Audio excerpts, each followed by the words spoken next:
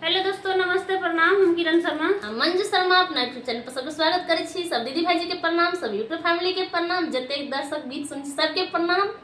और हम दोनों देवरानी जेठानी बहुत प्यारा सा कजरी गीत गावे जा रहा है। सब जरूर सुनब और प्यारा आशीर्वाद जरूर देव और लाइक सब्सक्राइब कमेंट शेयर जरा से अहाँ सब कनी प्यारा आशीर्वाद दे करल करू।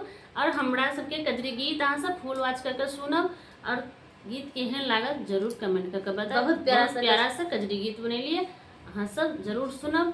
सावन में जे लाटा लोगे छै जे चलते घबराय छै से अहाँ सब सुनबे की कह रहल छी। हम गीत के माध्यम से की सुना रहल छी अहाँ सबके।